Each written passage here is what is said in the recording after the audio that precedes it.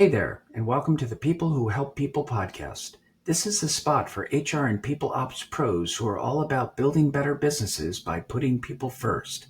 We chat with founders and experts who've been there, done that, and are generous enough to share what actually works. Thanks for listening, and we hope you enjoyed today's episode. Hello again. In this episode, I'm happy to be speaking with Stefanie Howse, owner of In-Demand Recruiting and Consulting, about how AI is reshaping HR consulting and recruitment. Stefanie is the owner of In-Demand Recruiting and Consulting, and she's also been named Top Recruiter in Canada for 2019 and 2022, and Top Recruiter in North America for 2024. Welcome, Stefanie. Thank you. I'm glad to be here. Glad to have you. So, Stefanie, tell me a little bit about In-Demand Recruiting and Consulting. You've been in business for a while now. Going into our 25th year in August of this year. So, we're 24 years currently. We're based in Edmonton, Alberta, but we actually recruit North American wide. And we also have global capability as well with our trading partners. How does that work? Global capability with trading partners. So we became a member of NPA Worldwide, which is a recruitment split network, in 2015. So currently I have been the Canadian area leader since 2018 with them. And how that works is that we share jobs on the platform. So if I'm too busy to actually maintain the volume that my clients are needing, I will actually put that on our NPA board, and anyone around the world can assist me in helping recruit. So if I have something in Quebec and I'm currently super busy in Alberta, I'll put it up, and then I'll have trading partners probably in the Quebec region that will say, you know what, I can totally help you out. And so we split these placements. And so it's actually been a very beneficial, network to be in, especially when COVID hit, because in that way we were quiet here and everybody was getting laid off. But then, certain areas that were ramping up in manufacturing, they would put their stuff up there and say, hey, I need help. We're desperately dying for, these positions to get filled. So it works both ways. We can put our jobs up, or we could actually work with colleagues down in the US or anywhere in, the world, and help them find people as well. Terrific. How would you say the split is between work that's 100% within your firm versus network opportunities? I would say probably an 80-20 split for us. 80% of our business is a lot of return customers that we've had in the 24 years we've been in business. And then I would say 20% of our placements are within our network. That ended up opening the market for us in the US probably, I'm going to say 8 years ago. And so it's a really good combination, because a lot of our clients are international clients, but would only give us positions mainly first off in Canada.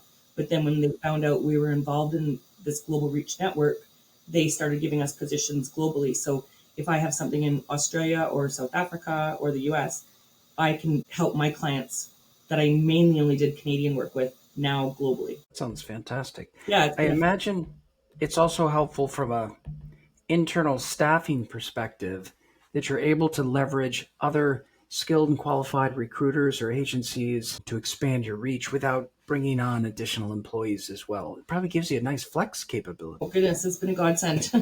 I was really fortunate that I actually had no staff when COVID hit. And then all of a sudden I got so busy I couldn't handle the volume of work, which was fantastic. But I think what happened was we started realizing we needed to bring manufacturing in-house to Canada. And so I ended up having probably 30 to 40 jobs a day that I was trying to recruit for, which obviously one person couldn't do that.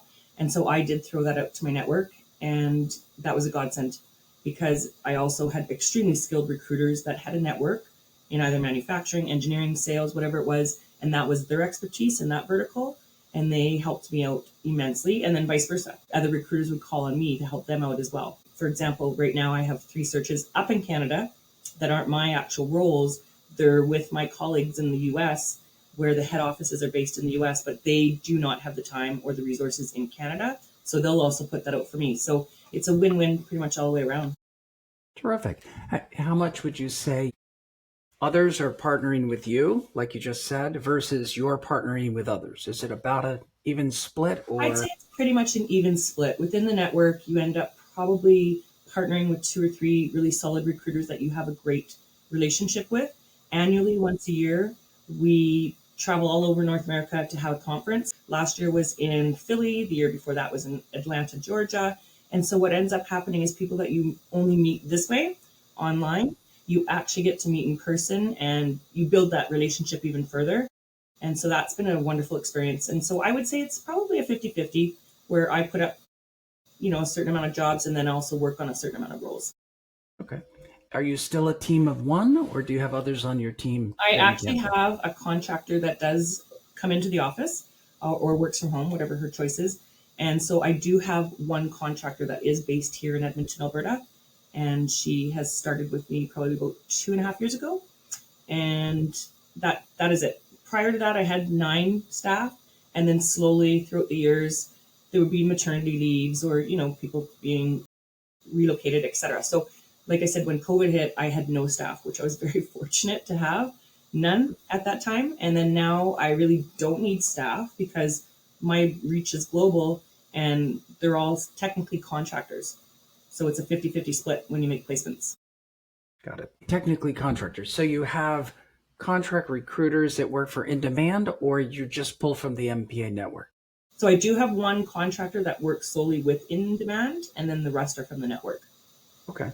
Yeah. So that sounds like a nice progression in your business from having that responsibility of keeping 9 staff at one point engaged and fully deployed to more of an on-demand model. I love it. It's been the best thing that's happened to us. And at this point, I probably would never bring on employees again because this just works for me.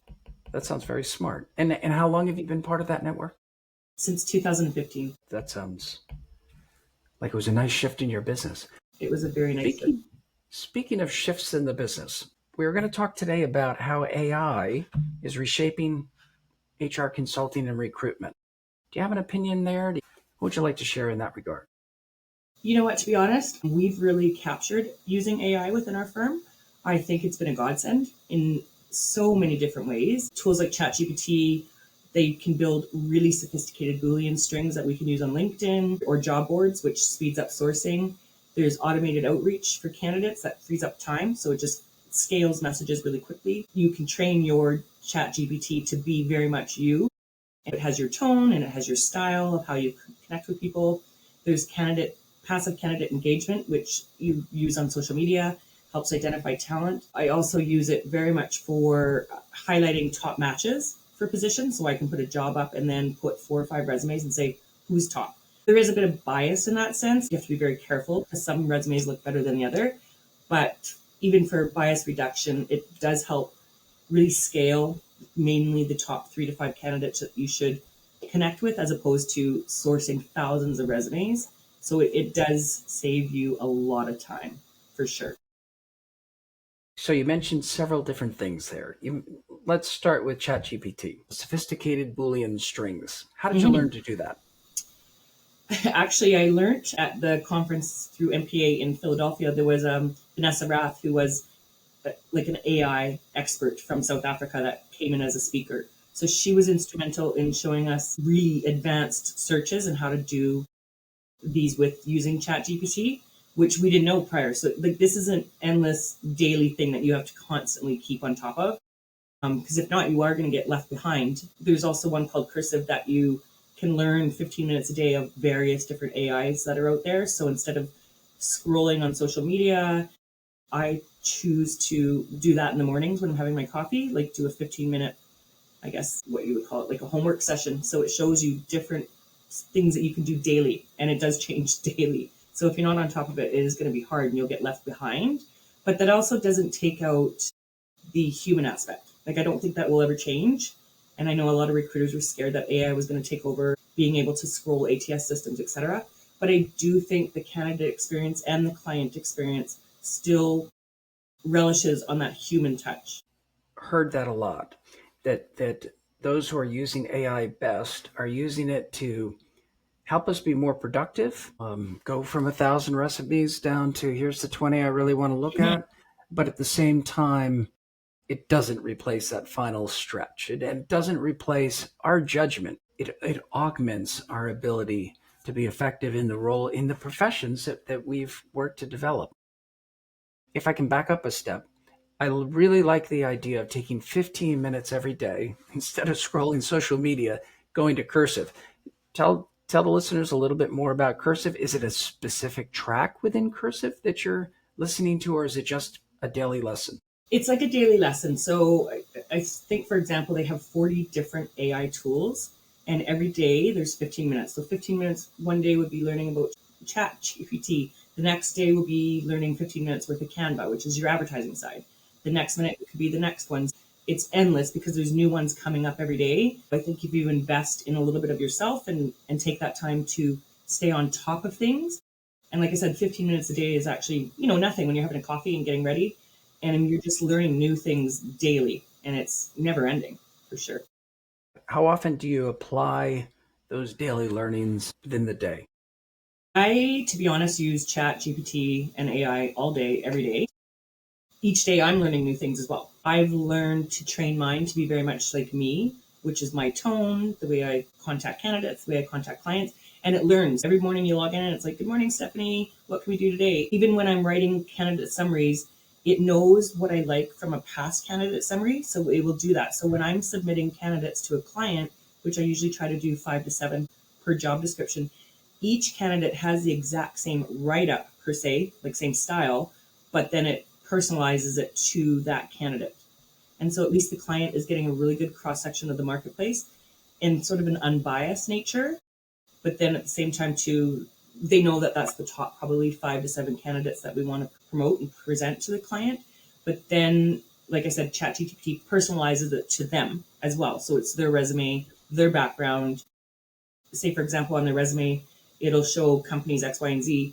ChatGPT pulls in the background of those companies and then writes a summary about what their role was there. And then the human side is like, I've interviewed those individuals personally. So then I go put in like the reason why they're looking, like things that ChatGPT would never be able to get from their resume. So, are they willing to relocate? Do they have school-age children that you have to find a community that would be a good fit for them in that if they're to relocate, etc. So you still have to have that, like the human side and the actual interview. So it won't replace that. But for the most part, I think it's streamlining recruitment for sure. And you mentioned my ChatGPT or my personalized ChatGPT.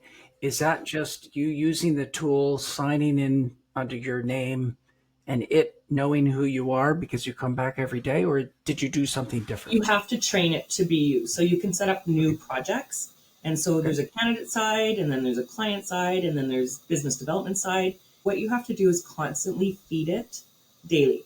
Feed it templates of emails you've written, templates of profiles that you've written, etc. And so you have to kind of feed it daily. It's like a baby. Like you train it to be what you want it to be. I like that analogy. You need to feed the baby daily. Feed the baby daily. Feed the baby daily. So you said you set up separate projects. Yes.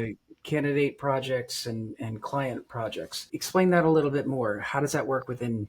I'm assuming you're using strictly ChatGPT, and do you have a subscription or are you using the free version? Yes, so I do pay for ChatGPT. So right now we're at 5.0, which only a couple months ago we were at 4.0. So it's changing. It went to 4.5 and now it's 5.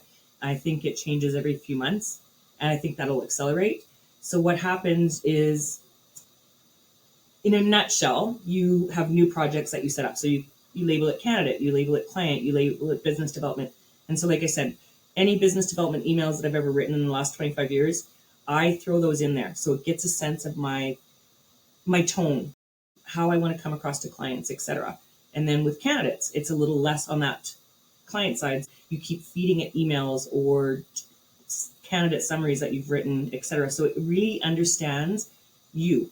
And so when I say, hey, can you please write this, and this to this client? It's like, okay, Stephanie, no problem. And then literally it will produce a candidate summary or an email. That would be the way I would speak to that client. Got it. So it learns your tone, it learns your voice, it learns your emphasis. It does. And when you say, put those previous things in there, how do you get them in? You cut and paste all day. You can put pictures, you can put articles that you've written, you could put any brand that your company represents.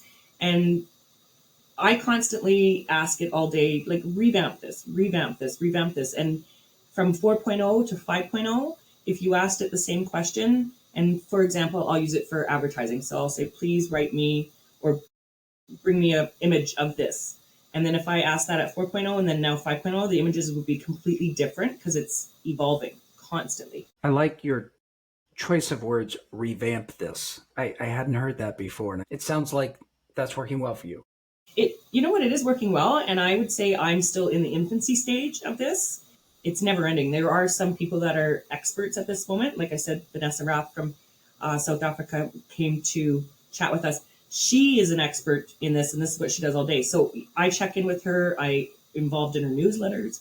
You have to really be continually learning yourself and be open to that. If you stagnate and just accept what you're doing on a daily basis, you're not learning. You're not evolving. You have to, like I said, you do have to revamp daily and ask it to keep revamping because it'll keep spitting out different things for you. And two things are never the same. So you mentioned Vanessa, I think it's RAP. Is that Rath. R-A-P-P? RAATH.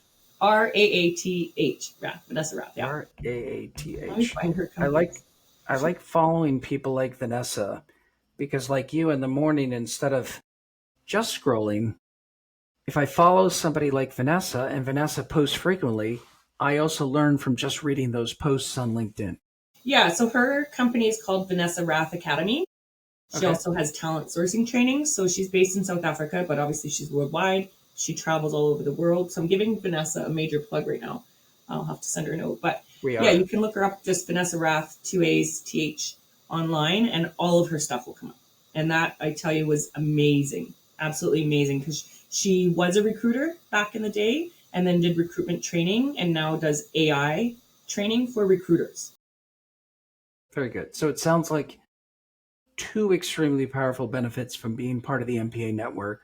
One, you're able to scale your work without scaling your team. Exactly. And two, you have these annual conferences where you're not only making these valuable connections with partners in other parts of the world with whom you trade work or you collaborate on placements, but then you also are exposed to additional training, additional professional education, and pick up great tips from folks like Vanessa. Yeah, top talent. Like they bring in top talent all over the world for us to get that knowledge. And it's so beneficial for sure. Sounds like an amazing network. So I've got to ask, you won Top Recruiter in Canada in 2019 and 2022, and I think ChatGPT came out in 2022-ish. Yeah. So what did you do before ChatGPT, and how's it different now? I grinded is what I did. I was a grinder. I'm a true headhunter. So in-demand recruitment, we don't advertise. Like we'll put a little blurb up on our LinkedIn, but that's not paid advertisement. So we don't advertise because technically we want passive candidates that are top talent, but they're not scouring the want ads. Literally, I would be on my computer searching and sourcing from 8 in the morning till 8 at night. And then you're connecting, you're networking, you're making these connections, I guess. And then, like I said, I try to get anywhere from 5 to 7 candidates in front of each client. And on average, we have 25 jobs a day that we're working on. And so back then, I think the top recruiter was clients putting your name out there.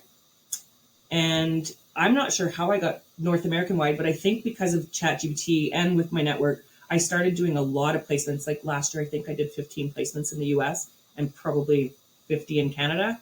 And so my name got out there as well. I think it's just growing your network. AI has made it a little bit more efficient, like I said, for doing the searches. Prior to that, every search I'd probably go through anywhere from 1,000 to 1,500 people per job that I was looking for. Now it will give me the top 20. And when you say AI will give you the top 20, where are people submitting their resumes and how is the AI screening them? Well, prior, I think we all relied on LinkedIn to find individuals, but with AI, you can actually just connect with individuals online. So you could just say, I'm looking for the top manufacturing engineer in this industry. And you put that into your AI or ChatGPT, and it will spit out the names of the top individuals in the industry. So no longer do you have to rely on LinkedIn to find these individuals because there's so many different tools that you can get their phone number or their email address without utilizing certain platforms. And then it's just a matter of connecting and sharing what you have available and seeing if they're interested. And if they're not, maybe someone in their network is, because usually likes tend to hang out with likes or work around likes. AI has revolutionized that because I think we all were fishing out of the same pool prior, which was LinkedIn or Indeed. And now you no longer have to rely on that. You painted a picture of before ChatGPT and after, and needing a bigger team and needing a smaller team. Total productivity. How would you paint, when you were grinding, what was your productivity versus it today? And can you be very specific in terms of, you mentioned 65 placements, you think, in the last year. On average, what were your placements per you or per you and your team before? So on average, I think our placements prior to AI were probably anywhere from 30 to 50. What's happened is with AI, it just speeds up the process. We still have to look through, like I still pride myself on looking through anywhere from, 500 to 1,000 profiles. But with AI, it just speeds that up. So what took me a whole day to write a profile now takes me 10 minutes. So it does speed it up for sure. Okay.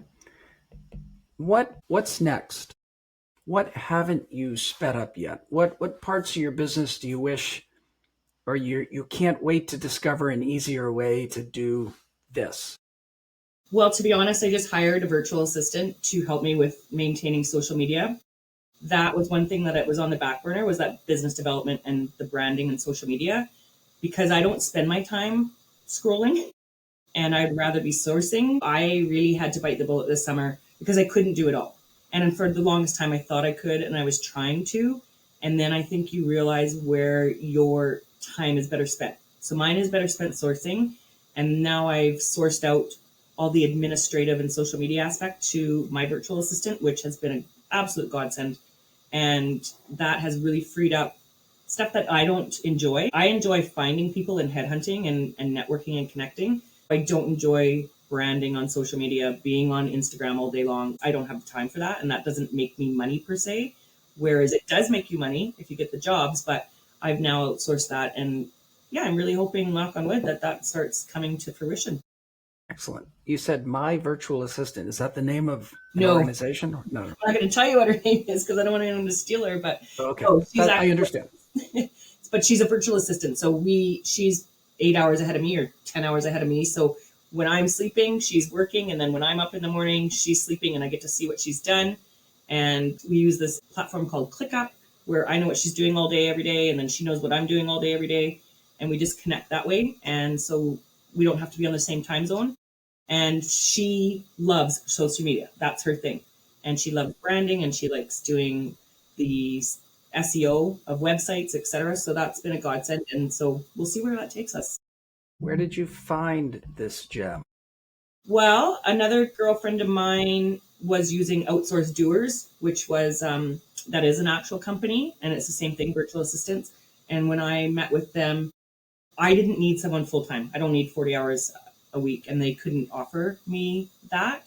And so a girlfriend of mine who does have a virtual assistant as well, through their network, introduced me to an individual, and I ended up hiring her. And yeah, I'm pretty happy with the outcome so far. Terrific. I promise you I won't search for her, but you said 8 to 10 hours ahead. Where is this person based? Philippines. Philippines. Okay, Yeah. terrific. I've heard others have good success with Yeah, I'm pretty virtual happy. assistants. I'm very happy for sure. Excellent. And you mentioned ClickUp. That caught my ear because literally this week I started my own business about a month and a half ago, and I just committed to ClickUp. But Okay, yeah.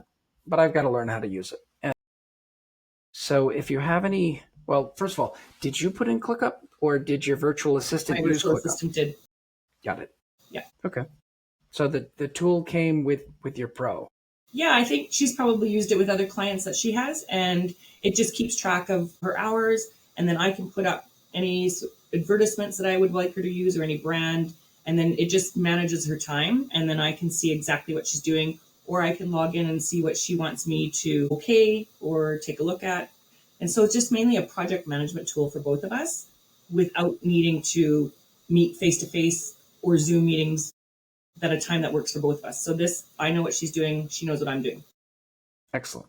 Yeah, Well, it'll I be hope happy to with do it. the same thing internally for my company, and I'm excited to use. I was told it's a good project management, task management tool, and it also does automation. So I've now finished this task, and it triggers this other thing to happen. So I'm looking forward to learning and taking Yeah, I'm advantage of it. still learning it as we go, but my assistant, this is like her platform that she loves, and so like I said, when she's sleeping, I can go in and see what she's done, and then okay it, and then it's done, and it moves to the task is done. So it's just a really good another sort of AI type tool where it's doing all these other things that you don't have to have these virtual meetings constantly and emails back and forth. Everything's in the system. We can always go back and check on where things are at, but it's just automating our project management. Yeah.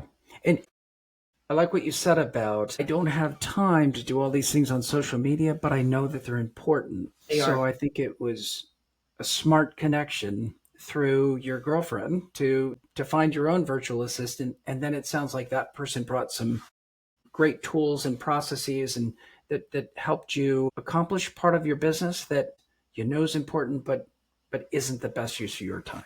Exactly. Because I do think I sort of gave up business development along the way because most of our business is 80% return customers. And so we didn't have to do business development, but I do think you need to keep yourself top of mind awareness at all times. So this is her foray and her expertise, and she loves it. And I've given her free reign. I just like, these are the colors that we use. Here's our sort of brand. And I just let her go. And she's been phenomenal so far. Terrific.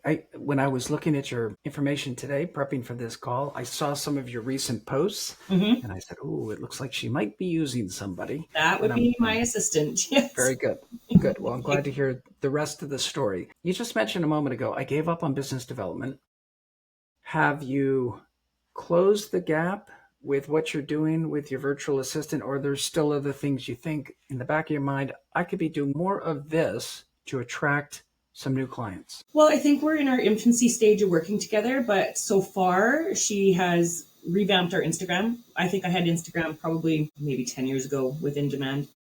And once in a while I would post a job here and there, but I got too busy with, like I said, we on average have probably 20 to 30 clients a day that we're trying to fill positions for. So my job is to fill those positions. So that means headhunting. You're spent 8 to 12 hours a day sourcing individuals for the various jobs. And so this has freed up that time, but I do know it's very important to maintain top of mind awareness. And I do want to keep more so my name in Alberta and Edmonton, where I don't have a lot of work. I'm way busier sort of on the eastern side of Canada and then US for sure.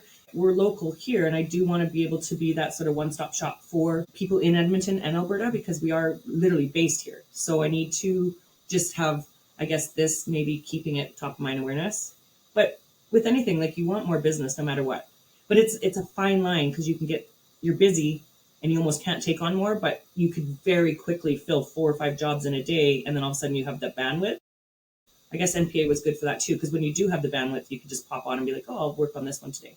But I do want to continue with the business development because I do think I've let that slide, to be honest, because I was so busy headhunting. Sure. It's easy to fall into that, especially when you've got roles to fill and you've got Exactly. clients who need them filled. You mentioned a split between Eastern Canada, the Mm-hmm. US, and local. How Mm-hmm. would you divvy your business at this point? Roughly.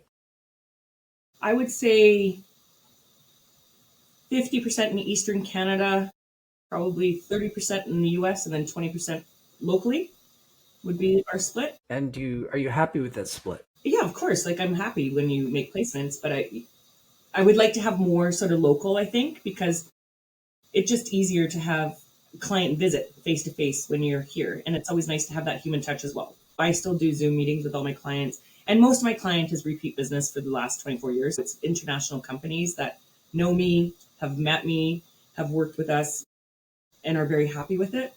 And some of my biggest clients, like their head offices are in Germany and France. I have met sort of the local branches here, but I also would like local companies here to know that we exist and that we're here to help them as well. Got it. Got it. Another recruiting firm that I was speaking to in Canada mentioned the talent shortage in Canada. There's more roles demanding skilled people than there are skilled people to fill them. Are you finding Global. finding the same thing? Sure. Yeah, for sure. Like I think the expectations that the clients have and then the skill set that we do have available is drastically changing. And then also, I do think our salaries are not aligning with maybe attracting top candidates. Say, for example, you have somebody that could go to both Canada and the US. The US is offering more money and they're easier to work with and faster to work with than a lot of our clients up here in Canada. So I think sometimes their hands are tied, whereas the US is a bit more lenient. Like, say, for example, we have the same client looking for a manufacturing manager that, you require this, this, and this. In Canada, there's set salaries. There's no wiggle room. Whereas in the US, they're like, oh, he wants another 20, just give it to him, let's go. I find that's a lot easier to make placements in the US that way than it is in Canada. So that's one thing we come up against for sure. Got it. What happens when you have a qualified candidate from the US that wants to work in that job in Canada, but maybe needs some help with immigration? Do you provide some assistance there, or do you partner with somebody to help them out? I would say for the most part, it's very difficult to get an LMIA to come from any country to come into Canada because the expectation is to find a Canadian that can do that job first. So it's very difficult to get the sponsorship unless we've proven to the government that we have sourced everywhere that we could possibly source. You have to show them where you put your ads up, how many people you've connected with, what type of background you're up against before they would even consider it. So it is quite difficult to get that sponsorship. And then in the US now, with the changes in the government, it's a lot harder for Canadians to go down as well on the TN1 visa than it used to be. I recently, 6 months ago, employed somebody on a TN1 visa, so I got to experience some of that for a role in the US. The woman held a dual citizenship in Canada and in the UK, and it was easier to get her on a TN1 visa to be able to work in the US than it was bringing her in as a Brit. Yeah, so, absolutely. Yeah. So it is becoming more stringent for sure. Not saying it doesn't happen, but for the most part, I would say a lot of our US clients prefer to not do sponsorship. Like, that's kind of one of their recommendations or their demands first is to find a local US citizen in the US or Canadian citizen here in Canada, and sponsorship. A lot of them just won't sponsor anymore, to be honest. It's tightened up for sure. Yeah. Got it.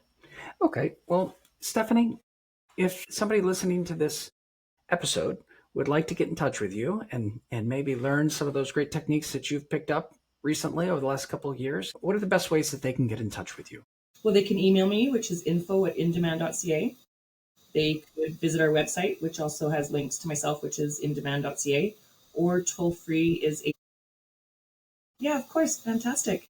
Terrific. Stefanie, I've really enjoyed having you on the show today, touching on how AI is reshaping the recruiting and HR consulting business, and just a wide-ranging discussion of things you've learned over the last 25 years, but also you're so happy you made a decision back in 2015 to join NPA, it sounds like. Yeah, so, fantastic. And if anyone does want information on NPA, I'm the Canadian area leader, so they're more than welcome to connect with me on that, and I can give them some more information and pass on their name to be vetted if they're interested in joining the network. Terrific. NPA Worldwide is how you can find it. NPA Worldwide. I'm glad I asked. Thank you. Okay. Stefanie, thank you so much. Thanks, Craig. That concludes today's episode, and we hope you'll join us in the future for the next episode. Have a great day. Stefanie. You too.